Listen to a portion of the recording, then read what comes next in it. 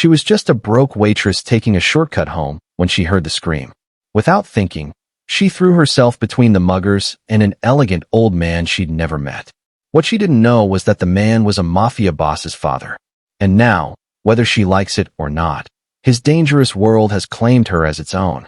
Before we go deeper into this intense story, tell me, where are you watching from, and what time is it right now? Drop it in the comments, and don't forget to hit that subscribe button, because you're not ready for what happens next. The scream cut through the rain like a knife. Clara didn't slow. She was already moving, breath burning, sneakers sliding on the slick alley behind Fifth Avenue. Garbage steam rose from soaked bags, mixing with fryer oil and rain. Tuesday nights were always double shifts at Murphy's Diner. Tuesday nights always meant the shortcut, 10 minutes saved, bus fare spared, risk borrowed.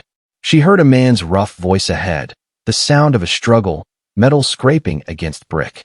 Two figures stood under a weak streetlight, cornering an old man against the wall. His coat was fine wool, dark and pressed, his back still straight despite the blade near his throat.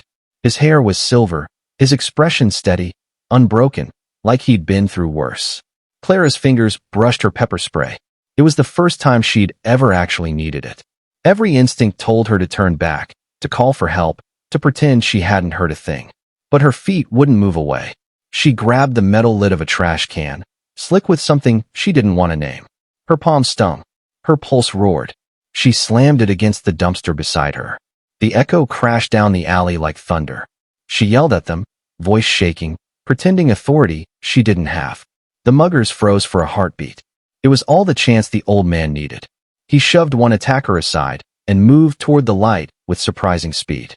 Clara threw the lid again, its clang filling the air, then lunged forward. A hand grabbed her arm, strong and cold. She twisted, clawed at his mask, nails scraping skin. A tattoo flashed across his neck, a coiled serpent with a crown. Then came pain, sharp and blinding, as a fist slammed into her ribs. She fell hard, gasping. Her heel caught the man's shin as she kicked backward, hard enough to make him curse. "Not worth it," one of them shouted. Boots slapped against wet pavement. Then they were gone, vanishing into the deeper dark. The alley went still except for Clara's ragged breathing. She stayed kneeling, her scraped palms burning, her ribs aching with every breath. The old man's wallet was gone, but his belongings were scattered. Cards, tissues, a cracked phone, a pen that probably cost more than her rent. She rose slowly, brushing off the grime, her knees trembling. Under the streetlight, the old man stood watching her. The rain streaked across his sharp features, and his eyes held a cold, assessing calm. She expected gratitude, at least a nod, maybe a word of thanks. Instead, he studied her face, memorizing every detail as though carving her into his mind. Then he turned without a word and disappeared into the glow of the street. Clara's phone was in her hand, the 911 screen glowing. Her thumb hovered. She couldn't even explain what had just happened. She hadn't saved anything worth saving. The men were gone. The victim had vanished. She slid the phone back into her jacket pocket. "You're insane," she whispered to herself, breath trembling. She didn't know the man's name. Didn't know he was Antonio Russo, father of Lorenzo Russo, the man who ruled half of Chicago's criminal underworld. Didn't know her face had already been caught by 3 security cameras and sent to people who never forgot debts. That night, as she limped home through puddles, she thought it was over. It wasn't. Lorenzo Russo's world ran on precision, control, and silence. In his office above Russo and Sons Imports, he sat behind a mahogany desk, reviewing shipment logs and phone alerts.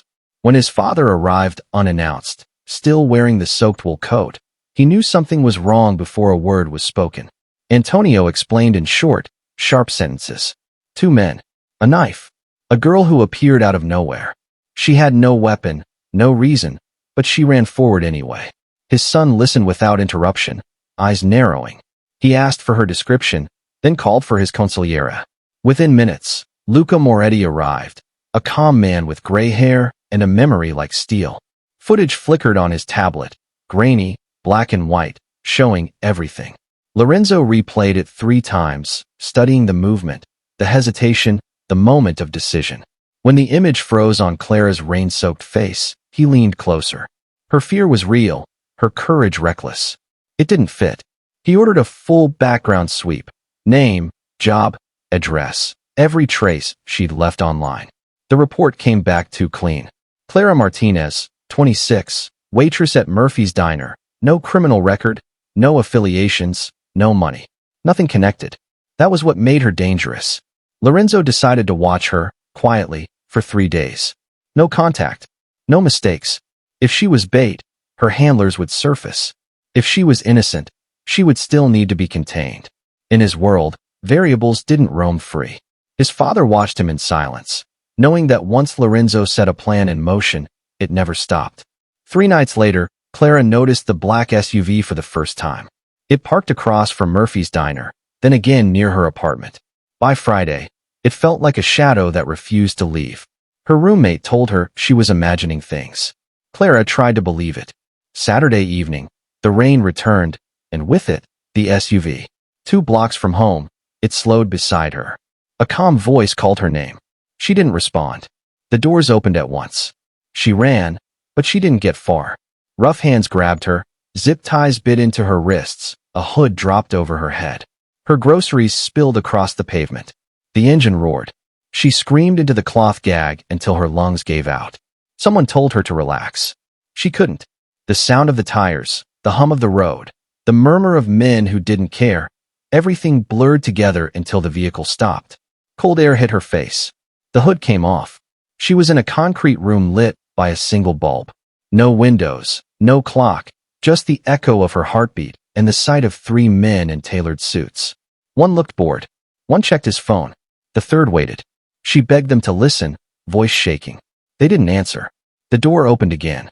Another man entered. Older, silver hair slicked back, eyes hard enough to silence the room. He studied her without emotion. She knew instantly he was the one in charge. He didn't need to raise his voice to make her feel the weight of his authority. He simply stared, the kind of look that stripped away lies before they could form. Her throat tightened as she realized what this was about. The man she'd saved wasn't some helpless stranger. He was someone powerful, someone feared. And now, by saving him, she'd stepped into a world where favors had prices and debts were always collected. Clara's pulse hammered against her throat, wrists biting under the plastic ties. The air in the concrete room was freezing, every breath dragging cold through her lungs. The man with silver hair watched her in silence, calm like someone who had seen this 1,000 times before. He didn't need to shout. His stillness screamed power louder than any weapon. "You made a choice," he said, voice low but cutting through the hum of the bulb above. "And now you will explain why." "I didn't do anything wrong." Clara's words stumbled out fast. "I was walking home. I heard a scream. I helped. That's all." "Helped," he repeated, stepping closer until his polished shoes stopped inches from her sneakers. "You attacked 2 armed men. You shouted like a cop. You risked your life for a stranger in an alley. People don't do that without reason." He motioned with 2 fingers. One of the suited men placed a tablet in his hand and tapped it. The video from the alley played in silence. The fight, her panicked movements, the moment the trash can lid hit the wall. Her stomach twisted seeing herself on the screen. "You see why I'm not convinced," he said softly. "I didn't know who he was," Clara whispered. "I swear. I just wanted to help." He studied her face again, long enough for the silence to feel like punishment. Then he gave a small nod to his men. One cut her free. The zip ties snapped. She rubbed her wrists, trembling. "Take her upstairs," he said. "Mr. Russo will decide." Her blood ran cold. Russo. The name hit like a slap. She had heard it before. Whispers at the diner. Headlines about a man who controlled half the city's imports. A man people didn't cross. She wanted to run, but the suits were already flanking her. They led her through a metal door, up a staircase, into a hallway that smelled faintly of cigars and polished wood. The lighting shifted from harsh white to warm gold. The silence was thicker here, heavier, filled with unseen eyes. A door opened ahead. She was pushed gently inside. The office was large, lined with shelves of books and trophies. Behind a mahogany desk sat a man in a tailored navy suit, sleeves rolled up, tattoos snaking up his arm to his wrist. His eyes were sharp, dark, unreadable. He looked young for the power he radiated. He didn't stand up. He didn't need to. "So," he said quietly, "this is the waitress." Clara stood frozen, breathing hard, the ache in her ribs pulsing. Please, I didn't know who he was, she managed. Those men were robbing him. I just helped.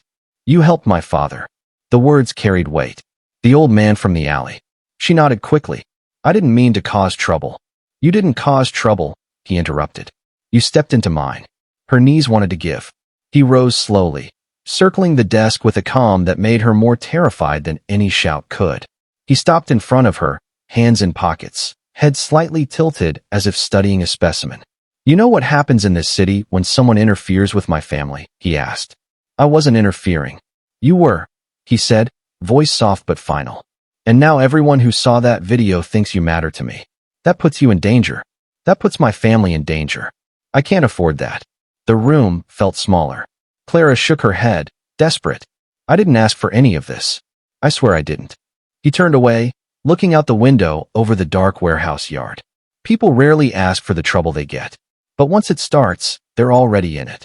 He glanced at one of the guards. Get her something to eat. And someone check her ribs before she passes out in my office. Clara blinked. That wasn't what she expected. He looked back at her, eyes unreadable. You'll stay here tonight.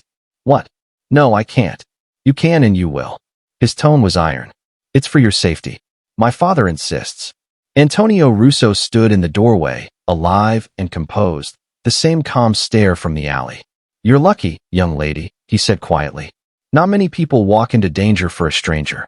But you walked into mine. That means your life isn't yours anymore. Not until I say it is. Clara's chest tightened. I don't understand. I'm not part of your world. Antonio smiled faintly. You are now. He left the office. Lorenzo watched her for a long moment, then gestured toward the door. Take her to the guest quarters. No phones, no contact. She doesn't leave the building. The guards guided her down a side corridor. The hallway was luxurious but silent, marble floors swallowing sound. The room they led her into was unexpectedly beautiful. A queen bed, velvet curtains, golden lamps. A cage disguised as comfort. When they left, the lock clicked softly. Clara sat on the edge of the bed, face in her hands. The weight of it crashed down all at once. The man she'd saved was a Mafia father. The son now saw her as both a liability and a witness. She was trapped between them. Outside the room, Lorenzo poured himself a glass of whiskey and stared at the rain beating the windows. His father's words echoed in his mind. She ran toward danger. Either she's brave or she's bait. He didn't like variables. He didn't like anyone who disrupted his control. But something about her face in that grainy footage bothered him. The terror mixed with determination, the look of someone who acted before fear could stop her. He had seen killers with less conviction. He called Luca. Keep the watch tight. No visitors. No mistakes. If anyone contacts her, I want to know before they breathe. Understood, Luca replied. And if no one does? Then we find out what she's really running from, Lorenzo said. Hours passed. Clara lay awake, heart pounding with every noise beyond the door. At one point she thought she heard voices. Men talking about a missing shipment, coded words, laughter that carried threat. She rose quietly and tried the door handle. Locked. Her reflection in the gold mirror looked foreign. Eyes red, hair tangled, a bruise forming along her jaw. She felt like she had stepped into someone else's nightmare. In another wing of the mansion, Antonio sat with his tea untouched. You won't hurt her, he said. Lorenzo didn't answer right away. If she's innocent, she's safe. And if she's not, then she learns what crossing us costs. Antonio's stare was heavy. I taught you to protect what's rightfully yours, not destroy what might be innocent. Lorenzo's voice hardened. Your mercy got mother killed. I won't make the same mistake. The silence between father and son said the rest. Down the hall, Clara closed her eyes and tried to breathe, unaware that somewhere in the building, cameras were fixed on her room, every move monitored. Unaware that men with earpieces were stationed at every exit. Outside, thunder cracked over the city. The knock on the door came before sunrise. Sharp. 3 times. Clara shot up from the bed, eyes wild. She hadn't really slept, just drifted between fear and exhaustion. The handle turned, and a man in a black suit stepped in, carrying a tray. He set it down silently, plate steaming, silver cover shining under the soft light. Eggs, toast, coffee. It smelled unreal after days of diner grease. Eat, he said flatly. I'm not hungry. Clara muttered, her voice hoarse. That wasn't a suggestion. He left before she could argue. The door clicked again, locking from the outside. She sat there, staring at the food, every nerve in her body still screaming to run. But there was nowhere to go. The window was bulletproof, the door guarded. The walls probably had ears. 2 hours passed before the door opened again. This time, 2 men entered, different ones, broader, colder. They motioned for her to stand. "Where are you taking me?" she asked, her pulse racing. "Mr. Russo wants you." She followed, barefoot, her steps echoing on the marble floor. The hallway twisted through endless turns until they reached an elevator that slid open without a sound. They descended, deeper this time, until the air turned cold and metallic again. When the doors opened, she saw concrete walls, low light, and rows of security monitors flickering. Lorenzo was waiting. He stood in front of the screens, hands clasped behind his back, his reflection ghosting across the glass. When he turned, she felt his gaze like heat. "Morning, Miss Martinez," he said, voice steady, unreadable. "Why am I here?" "Because you keep showing up in the wrong places. I told you I didn't do anything." He stepped closer, eyes fixed on her. "You saved my father." That should have ended there. But someone leaked footage of the alley. "A few people now think you're under my protection. That makes you a target." Her stomach dropped. "Footage? What footage?" He pointed to a monitor. The video played again. The same grainy clip of her slamming the trash can lid, the struggle, the fall. But this time, the feed was watermarked with an emblem she didn't recognize. A serpent with wings. "Who are they?" she whispered. "People who want what's mine," he said coldly. "And now they know your face. So what? I'm bait." He gave a humorless half-smile. "Your leverage. Whether you meant to be or not." Clara took a step back. "Let me go? Please. I'll disappear. I'll leave Chicago. You'll never hear from me again. If it were that simple, you'd already be gone." He turned away, gesturing to one of the guards. "Get her a change of clothes. Something that doesn't scream waitress. If she's going to stay alive, she needs to look like she belongs here." "I don't belong here," she snapped. "I don't belong anywhere near people like you." He faced her again, eyes flashing for the first time. "You think I want this?" he said quietly. "You think I enjoy dragging civilians into my world? You made a choice in that alley. And now I have to make sure you live with it." The fire in his tone silenced her. He walked past her, brushing close enough that she caught the faint scent of whiskey and rain on his jacket. "Luca will brief you," he said without looking back. "You leave this compound, you die. You stay, you might just survive." The guards led her down another hall to a small room filled with racks of clothes, sleek black, gray, white, nothing like her diner uniform. A woman waited there, her presence sharp, efficient, hair tied in a tight bun. "Name's Bianca," she said briskly. "Mr. Russo asked me to make you less noticeable." She held up a black dress and a fitted jacket. "You're lucky. He doesn't usually waste fabric on outsiders." Clara changed quickly, the silk cold against her skin. The reflection in the mirror startled her. A stranger looked back. She didn't look like a waitress anymore. She looked like someone dangerous. Bianca smirked faintly. "Good. Now you might survive the meeting." "What meeting?" Clara asked, turning sharply. But the woman was already walking out, motioning her to follow. They entered another corridor lined with guards. The sound of voices echoed ahead, low, commanding, tense. When the doors opened, Clara froze. A long table filled the center of the room. Men in suits sat around it, their faces hard, their eyes tracking her like predators sizing up prey. Lorenzo sat at the head, his father beside him. Antonio spoke first, his tone calm, but edged with steel. "You put this girl in the middle of a war you didn't start, Lorenzo. Handle it before someone else does." Lorenzo leaned back in his chair, fingers steepled. "I'm handling it. She doesn't belong here. She's already here." The tension between father and son was thick, visible, dangerous. Antonio's gaze softened when he turned to Clara. "You saved me when no one else was there. I owe you that. But debts in this family are never simple." Clara's throat tightened. "I didn't ask for anything." "Exactly," Antonio said quietly. "That's why you might still get out alive." The door opened again, and Luca entered, holding a folder. He set it on the table and slid it toward Lorenzo. "We found out who leaked the footage." Lorenzo flipped it open. Photos, documents, grainy images of men with the serpent tattoo. "Elias Cortez," Lucas said. "Former ally. now running shipments through the docks under new management. He sent the footage to make you look weak. Lorenzo's jaw tightened. And now he knows my father's savior is in my house. Antonio's tone darkened. Then Elias is already moving. He turned to Clara. You see now? The moment you lifted that trash can, you didn't save me. You started a war. Her stomach clenched. What are you going to do?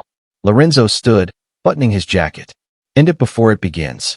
Bianca grabbed Clara's arm, pulling her back as men rose from their seats. Plans were unfolding too fast to follow. Orders snapped across the room like gunfire. Lock the perimeter, Luca barked. No one in or out until Cortez is handled. Handled, Clara said, her voice cracking. You mean killed? Lorenzo stopped at the door, half turning toward her. In this world, there's no other kind of handled. The guards let her out again, back through corridors that now buzzed with motion. Men arming up, radios crackling, black cars roaring to life outside. The house that had been silent and suffocating suddenly pulsed like a heart before battle. From the window of her room, Clara watched vehicles stream out through the rain, headlights slicing the dark. Somewhere out there, the men from the alley were waiting. Somewhere out there, the serpent on that man's neck was watching too. She pressed her hands against the glass, tears burning her eyes. Every step she'd taken to save a stranger had dragged her deeper into a nightmare she couldn't wake from. Behind her, the door opened quietly. Antonio stood there, his face unreadable. Stay inside, he said softly. No matter what you hear. What's going to happen? He looked out the window beside her, voice calm, almost tired. Justice, he said. Our kind of justice. He left before she could answer, and moments later the compound erupted in motion. Engines roared, radios buzzed, thunder split the sky, and Clara realized that the war she'd started with one act of courage was about to drown the city in blood. Rain hammered against the roof as night swallowed the city. The Russo estate, usually calm like a fortress, now burned with motion. Engines roared in the courtyard. Men in suits loaded weapons with precision, slipping into armored cars. Radios hissed. The scent of oil, steel, and rain filled the air. Inside, Clara stood by the window, trembling as she watched taillights vanish through the gates one by one. Every vehicle that left carried a piece of her fear. The storm outside had nothing on the one brewing inside. Guards stormed through the halls. Orders snapped like whips. The air was heavy, tense, waiting to explode. Lorenzo Russo moved like a blade through it all, sharp, silent, deadly. He barked quick commands. Each one obeyed instantly. The room around him was chaos, but his mind worked like clockwork. His target was clear, Elias Cortez. Luca entered, rain dripping from his jacket. We've got confirmation. Cortez's men are at the docks. He's expecting retaliation. Lorenzo's eyes narrowed. Then let's disappoint him. You want to go yourself? I'm not sending my men into a war I won't face. My father stays here. The girl too. Lock down the property. No one gets in or out. Antonio, standing near the fireplace, lifted his gaze. You think killing one man will end this? It'll remind the rest who runs this city, Lorenzo said, his tone cold as stone. Antonio shook his head. Control bought with fear never lasts. Neither does weakness, Lorenzo replied. He turned to the door, his long coat brushing against the marble. Don't become what killed your mother, Antonio warned. Lorenzo paused, jaw clenched. That mistake was yours, he said quietly, then disappeared into the rain. Outside, the convoy tore down the streets, engines growling under the storm. Lorenzo sat in the lead car, eyes fixed ahead, rain streaking the windshield. The city blurred by in streaks of gray and red. Every second brought him closer to the docks, closer to the man who had dared challenge the Russo name. Back at the mansion, Clara's pulse refused to settle. She paced the room, every sound in the hallway making her jump. She was trapped in a golden cage, surrounded by power she didn't understand and danger she couldn't escape. Bianca entered without knocking, her presence like ice. He told you to stay in here, she said flatly. I'm not trying to run, Clara said, hugging her arms. I just want to know what's happening. What's happening is war. You started it, remember? Bianca's words hit like a slap. Clara's voice cracked. I didn't start anything. I tried to help. Bianca's expression softened for the first time, just a flicker. In this world, Helping the wrong person is worse than killing one. You'll learn that fast. She turned to leave, then stopped. Stay away from the windows. If Cortez's men trace the compound, this place won't stay quiet for long. The words barely left her mouth before a loud crack shattered the silence. A single gunshot. Then another. The mansion lights flickered. Shouts echoed through the hall. Bianca spun toward the door, drawing a pistol from her jacket. "Get down," she yelled. Clara dropped to the floor as glass burst behind her. The window exploded inward, spraying shards across the room. Outside, flashes of gunfire lit the rain. Shadows moved across the courtyard. "They found us," Bianca hissed. She grabbed Clara's arm and pulled her toward the door. "Move." They sprinted down the corridor, gunfire following like thunder. Guards returned fire from behind pillars, bullets carving sparks from marble walls. The air smelled of smoke and gunpowder. Clara's breath came in ragged bursts as Bianca shoved her into a stairwell. "Downstairs," Bianca ordered. "Basement now." They raced down the steps, the walls vibrating with the chaos above. Another explosion rocked the building, somewhere near the west wing. Clara stumbled, clutching the railing. "Who are these people?" she gasped. "Cortez's dogs," Bianca replied, loading another clip. "They came for you." "For me?" Clara's voice broke. "Why me?" Bianca's look was brutal. "Because saving the wrong man painted a target on your back." They reached the basement, a wide stone corridor lined with storage crates and emergency lights flickering red. Two guards waited there, rifles raised. "Secure her here," Bianca ordered. "Don't let anyone through." She turned to Clara. "You stay behind that wall until I come back. No noise, no movement. Understand?" Clara nodded weakly. Bianca sprinted back up the stairs, gunfire echoing as she disappeared. Minutes felt like hours. The building trembled from distant blasts. Clara pressed her back against the cold wall, her hands shaking uncontrollably. Her ribs still ached from the alley. Her heart pounded so hard she thought it might stop. Then came footsteps. Heavy. Close. Not Bianca's. The guards raised their weapons. "Identify yourself," one barked. A shadow appeared at the end of the hall, slow, deliberate. The muzzle flash came before the sound. Both guards dropped instantly. Clara screamed, stumbling backward as the figure stepped into the light. It wasn't Lorenzo. It wasn't any Russo man she'd seen.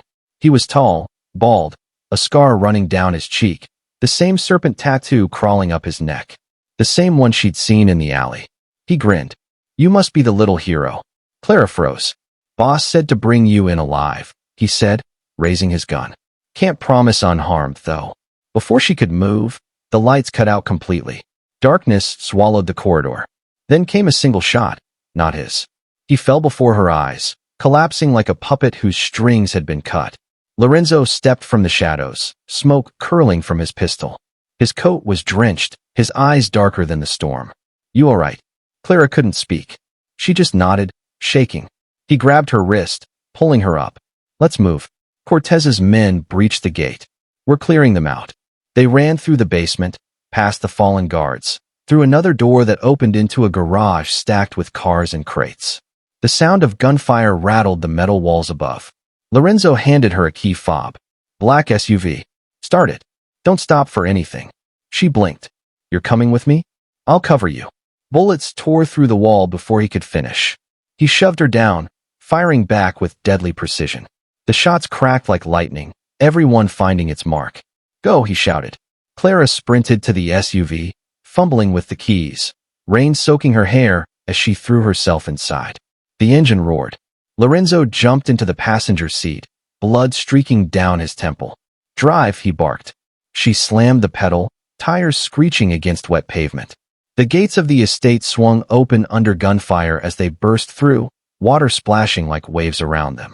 Clara's hands gripped the wheel so tight her knuckles went white. "Where are we going?" she cried.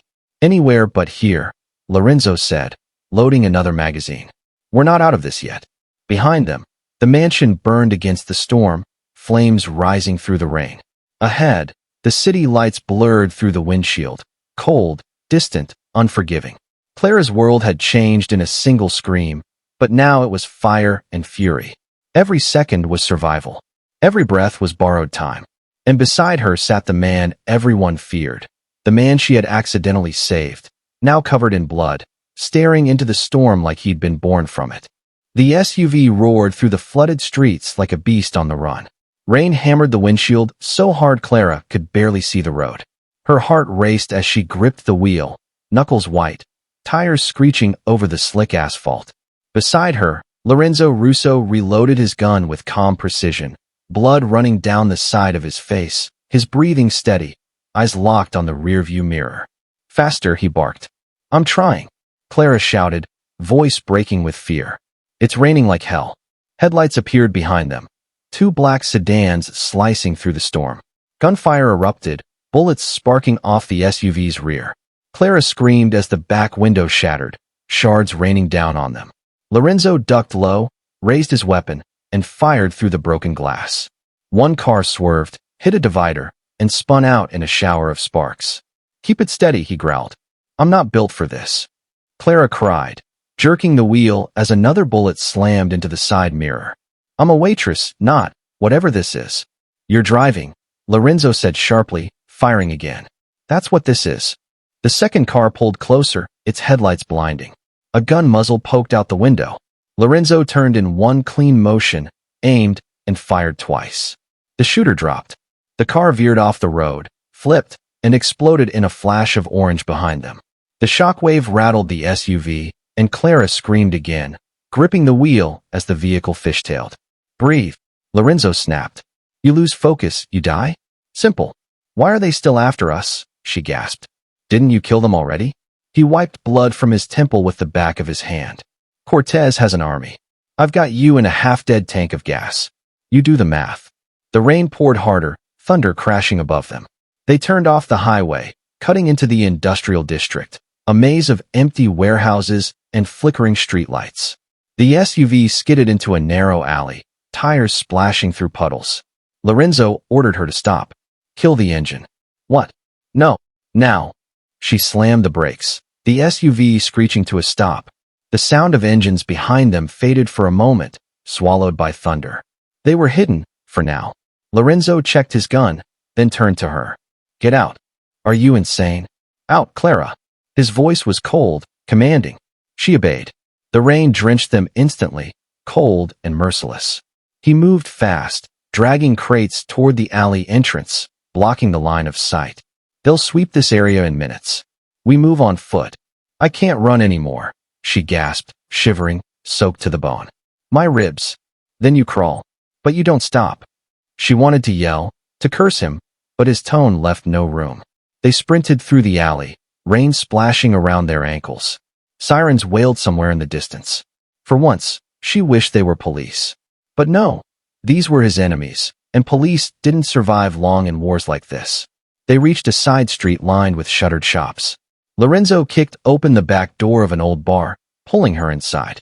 The smell of mold and stale beer filled the air. He shut the door behind them and slid a metal bar across. "Stay low," he ordered, scanning the windows. Clara sank to the floor, hugging herself. Her entire body trembled, but not from the cold anymore. "Why me?" she whispered. "Why didn't I just walk away that night?" Lorenzo looked down at her, his expression unreadable. "Because you're not built to walk away. You're the kind of person who runs into fire. And fire doesn't care who it burns." He moved to the counter, grabbed a rag, and pressed it against his bleeding temple. She watched him in silence. There was something terrifyingly calm about him, violence and control wrapped in the same skin.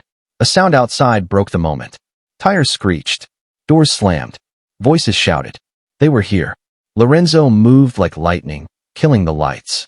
The bar went dark, save for faint flashes of lightning through the window. He crouched beside her, whispering low. "When I move, you follow. No noise. What if they see us? Then you pray faster than they shoot." Footsteps echoed outside. Someone kicked the door. It held. Another kick. The metal bar rattled. Lorenzo raised his gun. "Move," he hissed. They bolted toward the back exit. The door burst open behind them, and a hail of bullets shredded the bar. Bottles exploded, glass rained down, and smoke filled the air. Clara ducked, covering her head as Lorenzo returned fire, each shot sharp and controlled. "Go," he shouted again, shoving her through the back door. They stumbled into another alley, gunfire chasing them. Clara ran until her lungs burned, slipping on wet pavement, crashing against walls. Lorenzo caught up, grabbed her arm, and dragged her around a corner. In here. He kicked open another door, pulling her into what looked like a mechanic's garage. He shut it and bolted it, chest rising and falling with heavy breaths. Clara collapsed against a wall, gasping for air. "You're going to get us killed." He turned, eyes blazing. "You think I don't know that?" Rain dripped from his jaw, his voice cutting through the dark like thunder. "You want to live? Then stop whining and start fighting." "I don't know how to fight." "You learn to drive under gunfire in 5 minutes. You'll figure it out." She stared at him, speechless. Somewhere beneath the fury in his tone, there was something else, a flicker of respect. But there was no time to feel anything. The rumble of engines grew louder again. They were surrounded. Lorenzo cursed under his breath, reloading his gun. "They're closing in." Clara's voice shook. "What do we do?" He looked around, eyes scanning the shadows. Then he spotted a ladder leading up to the roof. "Up there. Go." She hesitated. "You're coming too, right?" "Move, Clara." She climbed, hands slipping on the wet rungs. He followed behind her, gun in one hand, eyes sharp. When they reached the roof, the city stretched before them, gray, soaked, alive with chaos. Lorenzo crouched beside her, scanning the streets below. Dozens of armed men moved like black ants through the rain. "They're not giving up," he muttered. Clara's breath came fast. "Then what now?" He glanced at her, rain streaking his face. "Now we make them regret ever seeing your face." He pulled out a phone, dialed, and waited. "Luca, Plan C docks. 15 minutes. "What's Plan C?" she asked. He smirked faintly. "Fireworks." A distant explosion answered him. One of the cars in the street below burst into flames, lighting up the night. Men screamed, scattering as the fire spread. Lorenzo grabbed Clara's hand. "That's our window. Move." They raced across the rooftops, jumping from one building to the next, rain pelting their faces. Bullets whizzed past them, sparks flying from metal vents. Lorenzo shot back without breaking stride. Clara stumbled once, and he caught her arm, pulling her upright. "Don't stop," he yelled. They leapt the final gap, crashing through a skylight into an abandoned warehouse. They landed hard, rolling across the concrete floor. Clara coughed, pushing glass from her hair. Lorenzo got up, checking his weapon, his jaw tight. "We're close." "To what?" He looked toward the far end of the warehouse, where an old freight elevator waited, cables swaying. "To ending this." Before she could respond, a bullet ripped through the wall beside her head. She screamed, diving for cover as the shooting started again. Lorenzo fired back, each shot deliberate, calculated. The air filled with smoke, dust, and echoes of death. When the last gun fell silent, Lorenzo stepped forward, scanning the bodies. Rain poured through the broken skylight, washing streaks of blood across the floor. He turned to her, his voice low and cold. "It's not over yet. Cortez wants war." He chambered another round, eyes blazing. "I'll bring it to his front door." And Clara, soaked in rain and terror, realized this man wasn't just fighting to survive. He was fighting to end it all. The warehouse stank of rain, smoke, and blood. The storm outside beat against the cracked glass as if trying to break in. Clara stood behind a stack of crates, her breath fast and shallow, hands trembling from exhaustion. Her hair stuck to her face, her clothes soaked, her ribs aching from every breath. Lorenzo stood in the open, calm but coiled like a lion before the kill, gun glinting in the dim light. "Stay close," he said without looking back. "I can't do this anymore," Clara gasped. "I can't run forever." "Then you'll die standing still," he snapped. "Pick one."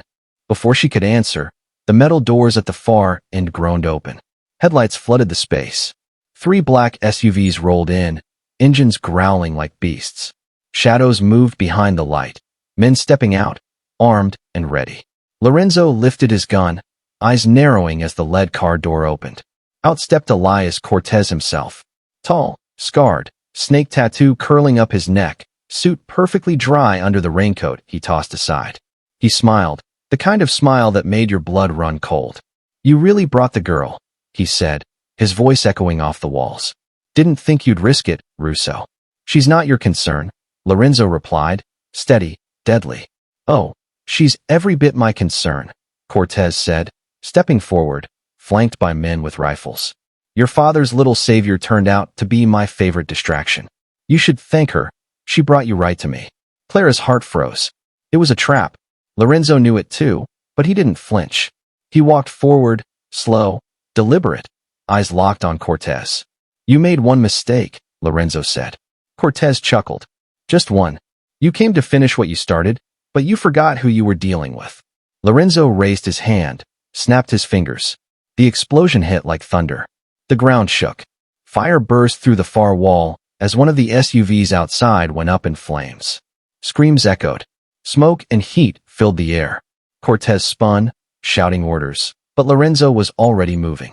Down, he barked, grabbing Clara and pulling her behind a crate as bullets tore through the air. Gunfire erupted, deafening, echoing through the cavernous space. Lorenzo fired back, each shot fast and precise. One by one, Cortez's men dropped, their bodies falling into the chaos. Clara covered her ears, screaming as splinters and shell casings rained down. The air filled with gunpowder and death. Cortez's voice roared above the noise. You think this ends here, Russo? You think killing me changes anything? Lorenzo's jaw tightened. No, but it starts something. He rose from cover, fired 3 times in perfect rhythm. The last bullet hit its mark. Cortez staggered back, clutching his shoulder, snarling. You're just like your father, he spat. I'm worse. Lorenzo shot again. This time, Cortez went down hard, blood spreading across his chest. His men hesitated just long enough for Lorenzo's reinforcements to burst in, Luca leading the charge, his men moving with ruthless precision. The firefight lasted another minute before silence claimed the warehouse. Only rain and smoke remained. Clara didn't move until Lorenzo touched her shoulder. It's over, he said. She stared at the floor littered with shell casings, her body trembling uncontrollably. No, she whispered. It's never over with men like you. Lorenzo looked at her, rain dripping from his hair, blood splattered across his sleeve. You're right, he said softly. But you're still alive. That's something. He turned and walked toward Cortez's fallen body. The older man still breathed, barely. He looked up with blood in his teeth. You think this city will ever forget me? He hissed. Lorenzo crouched beside him. I don't need them to forget. I just need them to remember who finished you. He fired once more. Silence swallowed the words. Luca approached, gun lowered. Police scanners are already lighting up, he said.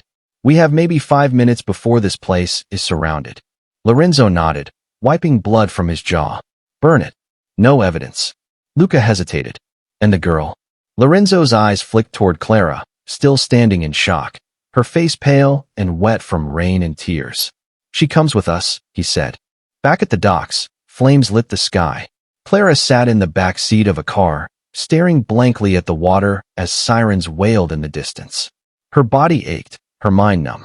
Lorenzo stood a few feet away, talking quietly with Luca.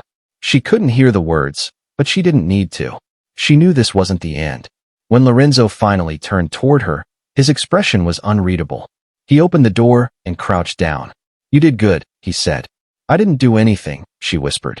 You survived, he said simply. That's more than most. She met his gaze, tears slipping down her face. I lost everything. My job, my home, my life. Because of you.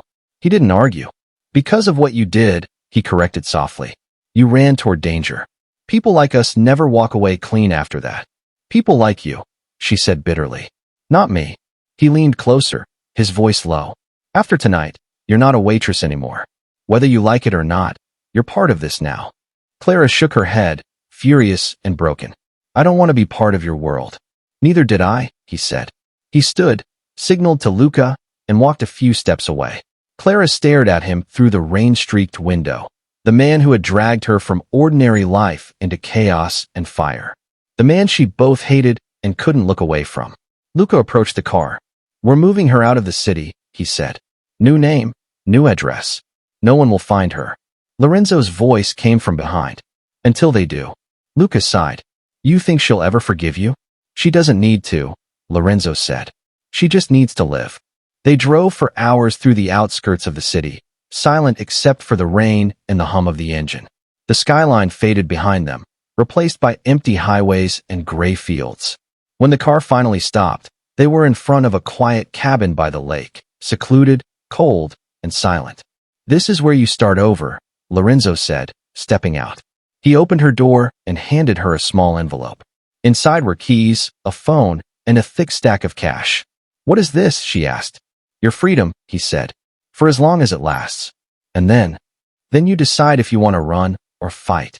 She stared at him, unsure if she wanted to slap him or thank him. "What about you?" He gave a faint smile, one that didn't reach his eyes. "Me? I go back and clean up what's left." He turned to leave. She called out, voice shaking. "Why did you save me?" He stopped but didn't look back. "Because you reminded me of someone who used to believe saving people was worth dying for." Then he was gone, swallowed by the storm and the night. Clara stood there alone, the rain washing over her, thunder rolling across the lake. The world she'd known was gone, burned to ash behind her. Ahead lay silence, danger, and freedom, a gift wrapped in fire. But as she looked toward the horizon, the faint sound of engines echoed again in the distance. The war might have ended at the docks, but peace was never part of the Russo world. And now, like it or not, neither was she. And just like that, one act of kindness dragged her into a world ruled by power, blood, and secrets, a world she never asked to be part of. But trust me, her story is only getting started. If you enjoyed this episode, smash that subscribe button right now and tell me in the comments. What would you have done if you were in her shoes? Don't miss the next part. It's about to get even wilder.